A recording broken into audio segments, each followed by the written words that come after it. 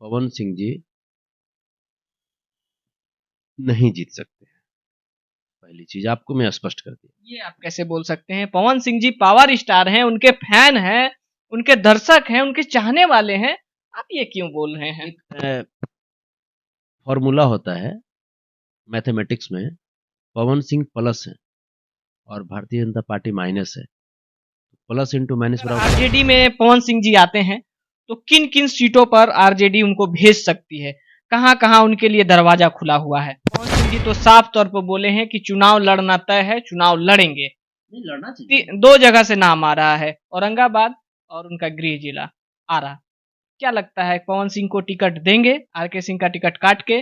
और जहानाबाद भी कहीं ना कहीं बहुत ही तगड़ा सीट और तगड़ा कैंडिडेट। क्या लगता है आपको?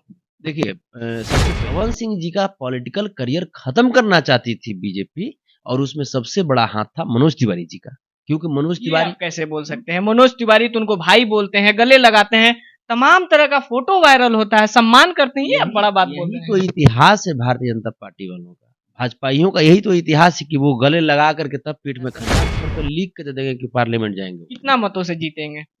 मिनिमम अगर आरजेडी में आते हैं तो 2.5 लाख से ऊपर मत। अगर बीजेपी से लड़ते हैं तो कितना से हारेंगे? जमानत अगर बचा लें, यही बहुत बड़ी बात बीजेपी से लड़ेंगे तो जमानत भी जब्त हो सकता है। है। हाँ, पवन सिंह जी के टिकट को लेकर तमाम प्रतिक्रिया चल रही है। आसनसोल से टिकट कंफर्म होता है, फिर 12 घंटा के अंदर ही पवन सिंह जी एक ट्वीट करके टिकट को वापस कर देते हैं। क्या मुख्य कारण है?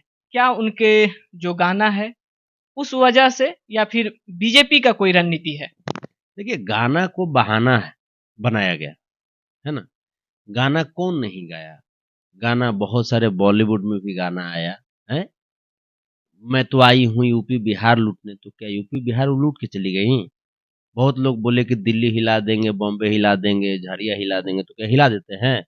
वो गीत संगीत एक अलग चीज है, वो बीजेपी का सिर्फ एक बहाना था, पवन सिंह का अपमान करवाना था। इसीलिए, क्योंकि पवन जी तो पहले भी बोल चुके थे ना कि हम आसनसोल से चुनाव नहीं लड़ेंगे, तो उसके बावजूद क्यों दिया गया उनको टिकट वहां से, जबकि आसनसोल में रोकना चाहेंगे भैया, अगर दिया गया तो पवन सिंह जी उत्साहित क्यों हुए? और उत्साहित होकर पूरा सोशल मीडिया पर या फिर न्यूज चैनलों पर उनका एक छोटा सा क्लिप वायरल हो रहा है, जो कि जिम में बैठे हुए हैं, जिम कर रहे हैं, लेकिन जैसे ही ऑफिशियली अनाउंसमेंट होता है, पूरा मिठाई उठाई बंटता है, सब कुछ होता है, फिर उत्साहित क्यों हुए? देखिए आप देखे होंगे पहले का वीडियो देखे होंगे आप, जब पवन सिंह जी कहते हैं कि 2019 में भी हमको पता था कि टिकट मिलेगा मिलेगा, और टिकट नहीं मिला। अपने माता जी के साथ वो टीवी पे बैठ करके देख रहे थे, टीवी के सामने, लेकिन टिकट नहीं मिला तो निराश हो गए थे। तो उनकी पहली जीत ये थी, पहली जीत भारतीय जनता पार्टी के अंदर में थी कि उन्होंने अपना टिकट पे नाम लिखवा लिया, अपना टिकट कटवा लिया उन्होंने। ये चीज हुई, इसी बात की खुशी उन्हें थी। बाकी जैसे ही उन्होंने देखा कि अरे फिर तो आसनसोल से दे दिया, तो वो आदमी फिर अपना टिकट ये किए, टिकट वापस किए, और टिकट वापस करने के बाद भारतीय जनता पार्टी कितना गंदा खेल खेली कि वही चीज हो गया है। अब इनकी छवि को खराब करने लगे कि ऐसा गाना गा दिया ही चलते, ये हो गया वो हो गया। आप बताइए, हर लोग गाना गाए। और रही बात आसनसोल की टिकट पे, भारतीय जनता पार्टी पवन सिंह को मूर्ख समझती थी क्या? मतलब भारतीय जनता पार्टी किसको कुछ भी मन समझ लेती है। आसनसोल के टिकट पे, आसनसोल की सीट से क्या नरेंद्र मोदी जी चुनाव जीत सकते हैं? अक्षरा सिंह जी वहां जा रही हैं, ये सूत्र से कंफर्म लग रहा है। भविष्य के गर्त में ये बात है। लेकिन मैं कहता हूं कि क्या नरेंद्र मोदी जी वहां से जीत सकते हैं, जो पवन सिंह को वहां पे भंवर जाल में फंसाना चाह रहे थे?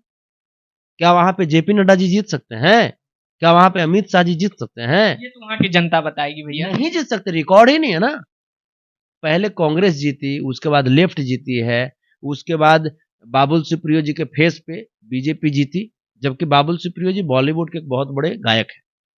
और इधर भी तो भोजपुरी के बहुत बड़े गायक हैं। ये भी तो हो सकता था कि एक नया लकीर खींच दे, जिस प्रकार से पवन सिंह जी लकीर खींचने के लिए जाने जाते हैं, तो हो सकता था कि आसनसोल से एक नया लकीर खींचे, जहां से कभी बीजेपी नहीं आई, वहां पर बीजेपी का कमल खिल जाए। पहले सुन तो लीजिए, पहले सुन लीजिए।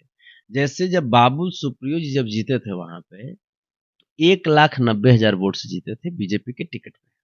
ठीक है, बाबुल सुप्रियो जी बॉलीवुड के बहुत बड़े गायक हैं, हिंदी गायक।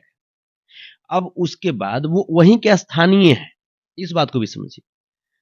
और जब उनको भी लगा, चुनाव जीत करके वो गए, वो कैबिनेट मिनिस्टर बने, और उसके बाद उनको भी लगा कि आप बीजेपी से नहीं जीत पाएंगे, तो बीजेपी को धक्का मार के टीएमसी में चले गए। बात समझिए। और टीएमसी में चले गए, वहां से विधायक बन के फिर मंत्री बने टीएमसी का। रोकना चाहेंगे और भैया, फिर वहां पे बाईपोल हुआ। बीजेपी कहाँ है? वही तो आपको हम दिखाना चाहते हैं। हम रोकना चाहेंगे। बीजेपी से ही ना वो आए, बीजेपी से ही ना अपना छाप बनाए राजनीतिक करियर में। आप ये बताए, बीजेपी से ही वो छाप बनाए। अगर उनको ऐसा लगता है कि हाँ भाई बीजेपी यहाँ पे मजबूत है, तो फिर क्यों भागते बीजेपी से? और बीजेपी से ही वो जब गए, तो बीजेपी कहाँ थी?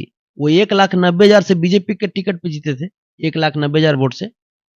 और जब शत्रुघ्न साहब सब जब आए टीएमसी से, तो वहां पे 2,80,000 से जीते, मतलब 90,000 और जोड़ लीजिए।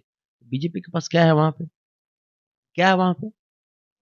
तो पवन सिंह जी को सिर्फ बलि का बकरा बनाया जा रहा था वहां पे। तो ये चीज नहीं लकीर खींचने के लिए नहीं भेजा गया था।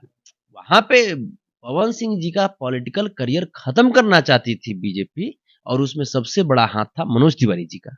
क्योंकि मनोज ये तिवारी आप कैसे बोल सकते हैं? मनोज तिवारी तो उनको भाई बोलते हैं, गले लगाते हैं, तमाम तरह का फोटो वायरल होता है, सम्मान करते हैं। ये आप बड़ा बात बोल यही रहे तो हैं। इतिहास है भारतीय जनता पार्टी वालों का, भाजपाइयों का। यही तो इतिहास है कि वो गले लगा करके तब पीठ में खंजर भोगते हैं। मनोज तिवारी जी नहीं चाहते थे कि भोजपुरी का कोई बड़ा स्टार पार्लियामेंट में जाए, क्योंकि फिर उनका चमक फीका पड़ जाता ना। पवन सिंह के सामने मनोज तिवारी जी जब खड़े होंगे, ये आप कैसे बोल सकते हैं? जहां एक भाई है, अगर दो भाई हो जाएंगे तो कहीं ना कहीं बरियार ही होंगे, कमजोर नहीं होंगे। राजनीति है, उसमें भी भारतीय जनता पार्टी की राजनीति है। भारतीय जनता पार्टी में ये नीति है कि जो बनाता है उसको पहले बिगाड़ने का प्रयास किया जाता है। लाल कृष्ण आडवाणी जी मोदी जी को बनाए, राजनाथ सिंह जी मोदी जी को बनाए। मोदी जी ने लाल कृष्ण आडवाणी को सन्टिंग में डाला डाला ना। जब लाल कृष्ण आडवाणी जी प्रणाम भी करते हैं तो मोदी जी नहीं कुछ कहते हैं। ये अलग बात है कि कर्पूरी ठाकुर जी की भारत रत्न मिलने के बाद वो डैमेज कंट्रोल के लिए लाल कृष्ण आडवाणी जी को भी दे दिया गया। ठीक है, हालांकि उनका भारत के इतिहास में, भारतीय राजनीति इतिहास में कोई विशेष योगदान नहीं है। बस यही योगदान है कि उन्होंने नरेंद्र मोदी को प्रधानमंत्री बनाया। अब इधर से राजनाथ सिंह जी को गृह मंत्री से रक्षा मंत्री की तरफ टेल दिया। तो जो भारतीय जनता पार्टी में जो जिसको बनाता है वही व्यक्ति उसको बिगाड़ देता है। वो अपने बन जाएगा, उसके बाद बिगाड़ देगा। मोदी जी क्या बोले थे? हम चाय बेचते हैं, चाय बेचते बेचते प्रधानमंत्री बन गए। और उसके बाद ऊपर जाकर के क्या बोलते हैं? अब हम बन गए प्रधानमंत्री, अब तो उन्हीं सब चाय बेचो। ये भारतीय जनता पार्टी का इतिहास है ना। तो पवन सिंह जी और मनोज तिवारी जी की अगर हम बात करें, तो मनोज तिवारी कभी नहीं चाहते थे कि पवन सिंह को पार्लियामेंट में लाया जाए। अगर ऐसा वो चाहते तो पवन सिंह 2019 में पार्लियामेंट में चले जाते। उस समय थोड़ा सा मोदी जी का थोड़ा सा था भी। आज के डेट में तो भारतीय जनता पार्टी के फेवर में आप जाइएगा वोट मांगने के लिए, तो लोग आपको भगा देंगे लोग आपको। वो बोलेंगे कि भारतीय जनता पार्टी ने क्या दिया है लोगों को? सिर्फ यही मंदिर मस्जिद? क्या यही हिंदू मुस्लिम जाति पाति, इसी से काम चलेगा क्या? लोगों को अब मुद्दा पे सवाल पूछना आ गया है। पवन सिंह का क्या होगा? पवन सिंह जी तो साफ तौर पर बोले हैं कि चुनाव लड़ना तय है, चुनाव लड़ेंगे। नहीं लड़ना चाहिए। दो जगह से नाम आ रहा है, औरंगाबाद और उनका गृह जिला आरा। क्या लगता है, पवन सिंह को टिकट देंगे? आर के सिंह का टिकट काट के। और जहानाबाद भी कहीं ना कहीं बहुत ही तगड़ा सीट और तगड़ा कैंडिडेट। क्या लगता है आपको? देखिए, सबसे पहली चीज कि भारतीय जनता पार्टी के टिकट पे पवन सिंह जी नहीं जीत सकते हैं। पहली चीज आपको मैं स्पष्ट कर दी। ये आप कैसे बोल सकते हैं? पवन सिंह जी पावर स्टार हैं, उनके फैन हैं, उनके दर्शक हैं, उनके चाहने वाले हैं। आप ये क्यों बोल रहे हैं? एक फॉर्मूला होता है मैथमेटिक्स में, पवन सिंह प्लस है और भारतीय जनता पार्टी माइनस है। प्लस इंटू माइनस बराबर क्या होता है? माइनस होता है। काम खत्म, काम खत्म। पवन सिंह प्लस हैं और तेजस्वी यादव भी प्लस हैं, प्लस इंटू प्लस बराबर प्लस होता है ना। क्या ये नया मोड़ दे रहे हैं क्या? क्या ये बुलावा दे रहे हैं क्या? पवन जी को आमंत्रित कर रहे हैं क्या? देखिए, अगर पवन सिंह चाहते हैं कि माइनस के साथ जाकर के प्लस हो जाए तो फिर उनको भी माइनस होना पड़ेगा, माइनस इंटू माइनस बराबर फिर प्लस होता है। तो अगर पवन सिंह भी करप्ट होते, पवन सिंह भी अगर गद्दार होते, तब भारतीय जनता पार्टी के टिकट पे जीत सकते थे, लेकिन पवन सिंह ईमानदार है, पवन सिंह अच्छे दिल के आदमी, भारतीय जनता पार्टी उनको नहीं जीतने दी। पवन सिंह में आप घोटालेबाज, भारतीय जनता पार्टी में अगर आप घोटालेबाज है तो जीत जाइएगा, क्योंकि भारतीय जनता पार्टी वैसे लोगों को प्रोटेक्ट करती है।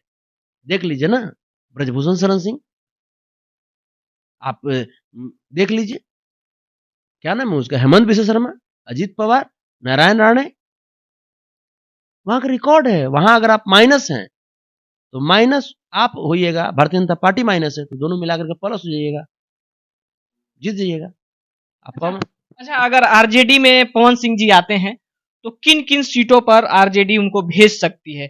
कहां कहां उनके लिए दरवाजा खुला हुआ है? सबसे पहली चीज है कि वो पहले क्लियर करेंगे तब ना, कि हाँ वो क्लियर तो हमें लगता है कर रहे हैं। तमाम फोटो, तमाम चीज सोशल मीडिया पर वायरल भी हो रहा है। देखिए, हम भी चाहते हैं कि वो पार्लियामेंट जाए, हम पार्टी से, हम भी चाहते हैं कि पार्लियामेंट जाए। किस पार्टी से? ऐसी बात है, जो जीतने वाली पार्टी होगी आरजेडी, और कौन? जीतने वाली पार्टी तो बीजेपी भी बताई जा रही है। बीजेपी के बहुत अच्छे कद्दावर चुनाव प्रचारक, स्टार प्रचारक जहां भी गए हैं वहां से सीट लेकर आए हैं, खाली हाथ नहीं आए। अलग बात है कि अपना सीट नहीं कंफर्म करा पाए थे 2019 में, यही तो बेचारा मेहनती है, इनके साथ धोखा देती है बीजेपी, इस बार भी धोखा दे रही है। आपको बता रहे हैं, इस बार तो स्थिति खराब है ना बीजेपी का। लोग कहीं से भी जब बीजेपी के टिकट पे जाएंगे वोट मांगने के लिए, तो लोग बोलेंगे ना कि बताओ पवन भैया, बीजेपी तो बोली थी कि 1.25 करोड़ देंगे बिहार को विशेष पैकेज के तौर पे, क्या हो गया? बीजेपी तो बोली थी कि 15 लाख रुपया देंगे हर एक अकाउंट में, क्या हो गया? बीजेपी तो बोली थी कि देश की अर्थव्यवस्था सुधारेंगे, क्या हो गया? बीजेपी तो बोली थी कि किसानों की आत्महत्या रुकवा देंगे, क्या हो गया? आज तो किसान से मिल नहीं रहे। किसान का 3 लाख करोड़ बीजेपी नहीं माफ कर सकी, वहीं पे अडानी और अंबानी का 30 लाख करोड़ माफ कर दी। तो लोगों को आज मुद्दा मिल चुका है, आज तेजस्वी यादव के रूप में एक नई उम्मीद मिल चुकी है लोगों को, बिहार के लोगों को, और उस नई उम्मीद को अब किसी भी लेवल पे लोग कमजोर नहीं होने देंगे। सीट नहीं बताया, अगर आरजेडी में आते हैं तो कहां कहां भेजा जाएगा? सबसे पहली चीज कि वो अपना पहले रुख क्लियर करें, उसके बाद ये तो बैठने की चीज है, ये तो बैठने की चीज है, बैठ करके इस पे मामला ये बनाया जा सकता है। आरजेडी में आएंगे तो हम आपको क्या बोले कि प्लस इंटू प्लस और प्लस एकदम लीक करके हम 1000 का स्टाम्प पेपर पे लीक कर दे देंगे कि पार्लियामेंट जाएंगे। कितना मतों से जीतेंगे? मिनिमम अगर आरजेडी में आते हैं तो 2.5 लाख से ऊपर मत। अगर बीजेपी से लड़ते हैं तो कितना से हारेंगे? जमानत अगर बचा लें, यही बहुत बड़ी बात है।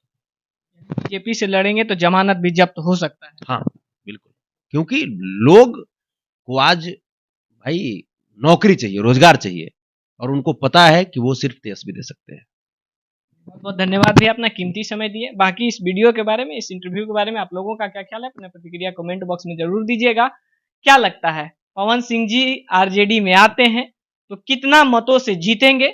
वो कमेंट करके आप लोग अपना प्रतिक्रिया जरूर बताइएगा। फिर मिलते हैं किसी और खबर के साथ, तब तक के लिए जय हिंद।